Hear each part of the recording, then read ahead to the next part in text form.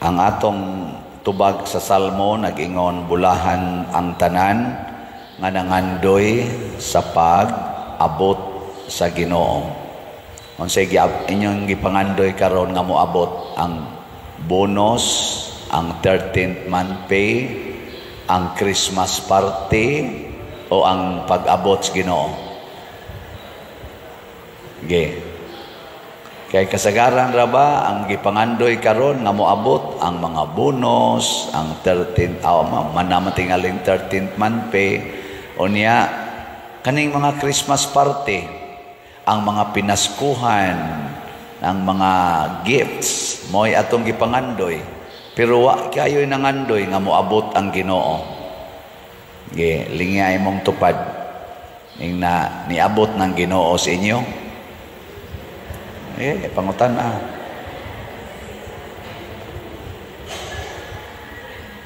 Unsa may mahitabo kung moabot ang Ginoo? Matud pa sa unang pagbasa, basta moabot na ganing Ginoo, matud pa diri, o mga tao nga nagpuyo sa Jerusalem, dili nagayod kamo maghilak. So naada yun ning kalipay.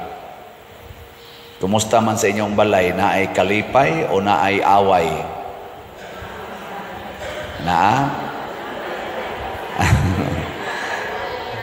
Naaga ni away, dili gingharian sa Dios mo'y niabot, gingharias demonyo mo'y niabot. Kumusta maron sa atong nasod, naay kalipay o naay away? Suga sa inyong tingog. Nabungol man sad ko. Pasabot sa atong nasod, sa sit-up sa atong nasod, wa mo abot ang gingharian sa Ginoo sa atong nasod karong tuiga. Kay sigig away. Naa sa ito ang tinuod ba to na social media, nag-rally sa kuno dito sa South Korea. Murag ang mga tao dito reklamo sad kay murag naay gipatuman nga martial law sa South Korea. Gubot na sad sila. Nya unsa man niabot ang Ginoo dito o wa? Pastilang paita. Sige na lang. Dinis atong parokya naay kalipay, naay away. Kamo lipay mo. Nya og di mahurot og kahalin ang salat. Unsa man ni malipay ang pare o dili? Nya unsa man inyong isaad ron? Hotdon ninyong palit ang salat nato o dili? Hotdon. Ang CTUMM ugma ra batoy ako untang target nga mahurot na, pero pila pa man ni atong nahibilin diri. Mo jutay na lang di ayoy. 4,817 ka slots na lang, tag 100 pesos per slot. Hotdanan ninyo ha? 4,817 tag 100 pesos. Kung kada usa nato ugmang adlaw mo palit og 100 pesos, moabot dayon ang gingharian sa Ginoo, ang kalipay. Di ba? Sige patagtukod og balay, mga 55 pa kabalay atong tukoronon. So na, nya karon unsaon man aron na ay kalipay. Matud pa ni Hesus sa atong ebanghelyo, ayuhan ninyo ang mga masakiton. Dire ay ang gingon. Ingon siya, gihatagan niya sila gahom. Nya ningon din siya, adtua ang nawala nga mga katawhan sa Israel. Ayuhan ninyo ang mga masakiton, banhawa ang mga minatay, hinloi ang mga sanlahon, ug abuga ang mga yawa. Kanindot ana. Kinsay dili malipay kung maayo ang masakiton. Lipay ka Kinsa may di malipay kung imong banhaon ang minatay. Kani siya dunay literal, duna say pasumbingay. Kanang masakiton, either masakiton sa lawas or masakiton sa kalag. Kana sang patay, either masakit patay sa lawas or patay sa kalag. Ang kanisa ni ang sanlahon, either sanla sa lawas or sanla sa kalag. O kining yawa, mao gid ni ang mga daotang kinaiya. Ang atong mga santos nagtuma niini. Nakapaayo sila, either sakit sa lawas, sanla sa lawas, nakabuhi sad silang aktual nga patay. Literal gyud. Pero more sila sa spiritual nga sakit, spiritual nga sanla o spiritual nga yawa. Sama ni San Vicente Ferrer. Kadto bitang babaeng buang nga ang iyang anak, unsa nang naasgosos? Iyang anak, iyang giluto, gitadtad niya, iyang tagod-tagod niya, iyang gihiwa-hiwa niya, iyang giluto. Kay iya untang kanon. Giunsa man ni San Vicente Ferrer? Tinuod na, dili. Ambot lang. Oy, gikuan man na, tagaan man gid na og pagtuon, gitun-an man na, gi-verify man na sa atong simbahan, tinuod nang nahitabo. Iyang giuli nga buhi tungod kay wa man tos kaugalingon niyang panghuna-huna ang inahan, nabuang man to siya. Gibuhi hasta ganitong sa to katong nanganak og puro dugo. Unod o puro unod. O nahimo sang maayo nindot nga bata. Sa ato pa, nilihok ang gahom sa Ginoo diha sa mga santos tungod kay ang ilang main focus mao gyud ang pagpahari sa Dios. Kana bang moingon kas Ginoo, Ginoo, himo akong instrumento aron makita din hinako ang imong presensya. Sige tag Christmas party, sige tag party, pero ang atong nakita, ang ato rang kaugalingon. Usahay magkwinintahay pa anang limit sa exchanging gift o sa manito-manita. Usahay magsinubayay pa, nga wa gyud katampo nya dako kay kaon. Kutob ra kita diha ba?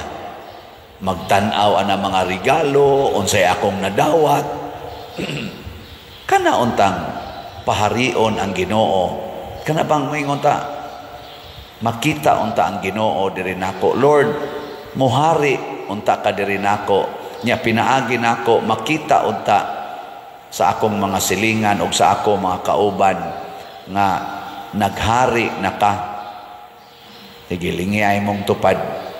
Ingna tan-aw nimo sa akong naong nas Ginoo. Ingna kono. Ingna tan-aw nimo sa akong naong sa Ginoo. Oh, mga asawa hangtod karon ang mga naong mura lang yapo giyawa in relasyon sa bana. Kay kana man gong naong sa Ginoo mga igsuo, naa diha ang kaaghop, kabalaan. Si San Agustin na siya sa una, pagbiya niya siyang inahan nga si Santa Monica, ngadto siya sa Milan, eskwela siya dito. Pagano siya atong panahona, bisyoso siya, naa siya'y babae nga gikapuyo, o nakigpuyo pag siya laing mga babae o laing babae. Anong dokirok siya babae ba, di ba? Na makarelate man mo ana no kay ang inyo sa mga bana o bana. Na sa pagkasiaw. Mao na kinabuhi ni Agustin. Kanisang nagwali siyaon man sa ni. Nay mo kumpiyansa ni kuya man sa ni. Nya ang resulta nag-abot sila ni San Ambrosio kay na maestro man niya sa filosofi man tinga ito si San Ambros, obispo na si San Ambrosio. Si Agustin pagano, bisyoso, makasasala. Si Ambrosio katoliko, obispo. Pero pagkakita ko nung Agustin ni Ambrosio, pag-abot na nila, murag kay patay naman tong papa ni Agustin atong panahon na, iya dayong nabati nga murag si Ambrosio, murag iyang papa. Kay katong iyang papa pinangga man tong Agustin kay pagano man sa to, dito man siya nisunod sa kinabuhi siyang papa. Pero nabati niya og na feel niya nga murag ako maning papa kay buutan may moatiman niya. Nya giatiman gid siya ni San Ambrosio sa inanak nga pag-atiman na ay gugma, na ay pagsabot, na ay pagdawat. Wa man tumingon si Ambrosio nga pagkatoliko. Ang iya lang yun. Iya lang gipakita ang iyang pagkakatoliko nga obispo. O tungod ni ining maong attraction, si Agustin niabot gyud nga nihangyo ni Ambrose, Saint Ambrose na pwede ba ko magpabunyag og katoliko. Niabot gyud ba? Hangtod nga nisod pagid siya sa pagkapari. Hangtod na obispo sad siya og nahimo sang doktor sa simbahan. Natakdan ngano man kay kusog kaayo ang gingharian sa Dios nga naglihok diha ni Ambrosio kay iya manggipuy-an ang maong kinaiya. Kana bang gitawag natong Diosnon kinaiya? Nya unsa man gyud ang kinaiyang Diosnon nga makapa-attract yun sa atong isig katao, makapadasig nila, makapalipay nila.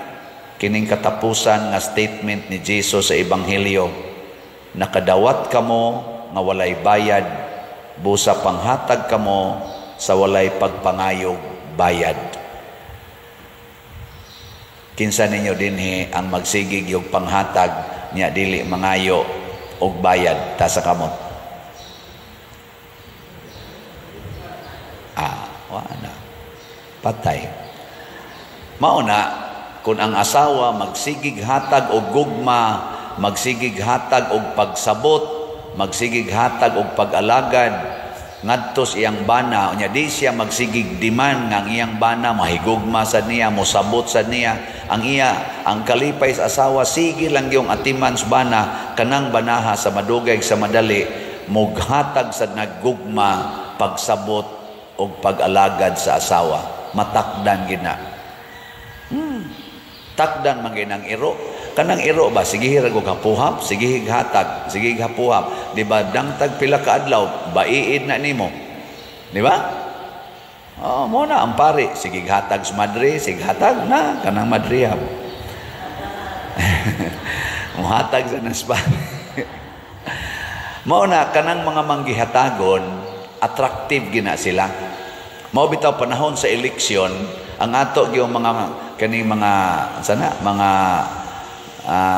kandidatas politika, ang una gid nila anang agenda panghatag. Nabantay mo? Pero naalay duha ka klases mga manghahatag, na ay manggihatagon nga yawanon, na asay manggihatagon nga Diosnon. Nya kinsa man ning manggihatagon nga yawanon, kana bang inighatag dunay pakapin istorya ba nga ayaw kalimti. Hatag unya ayaw kalimti. Ayaw ko ninyo kalimti. Ana. Pero inighuman anas eleksyon, inikadaog ana, ikaw nga nibutar, ikagi unang kalimtan.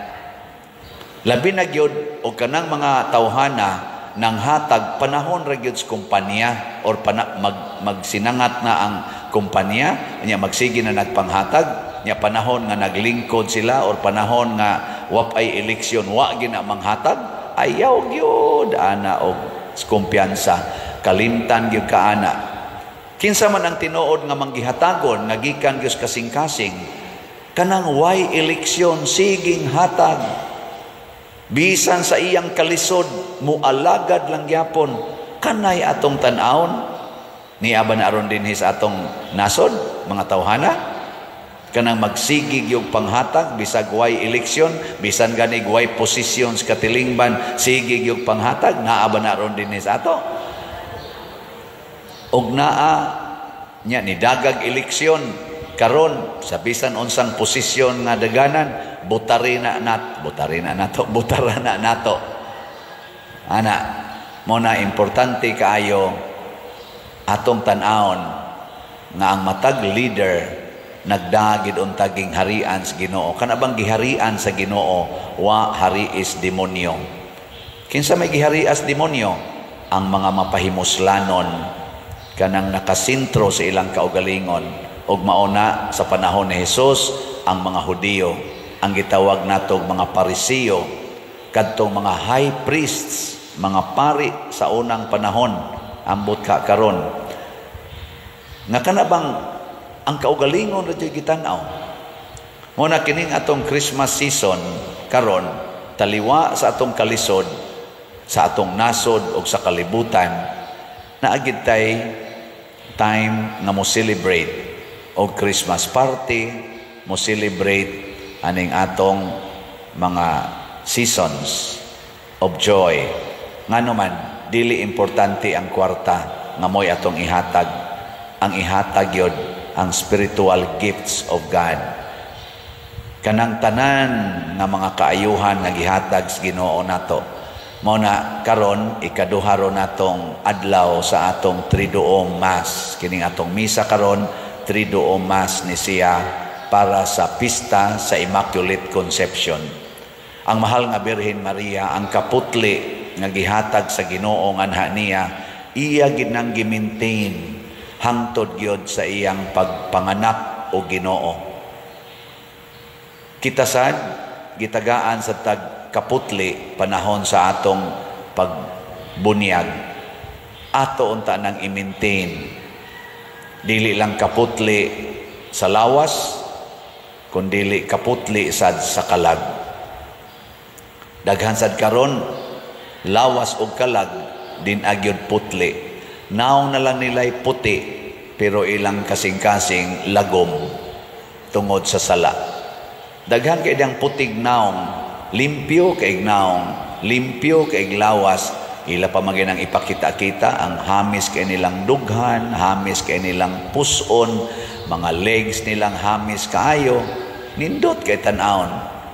Pero ang kalag na bulit sa sala, puyo-puyo, kabit-kabit, premarital sex, no? Mao na dili na gid na makahatag og kaayuhan kay mosamot diha ang sala, mosamot diha ang sakit, mosamot diha ang yawa. Sige, katapusang lingi sa imong tupad. Ing nasaad nako, putlion tika. Nasaad nako, putlion tika. Bahala na mo diya.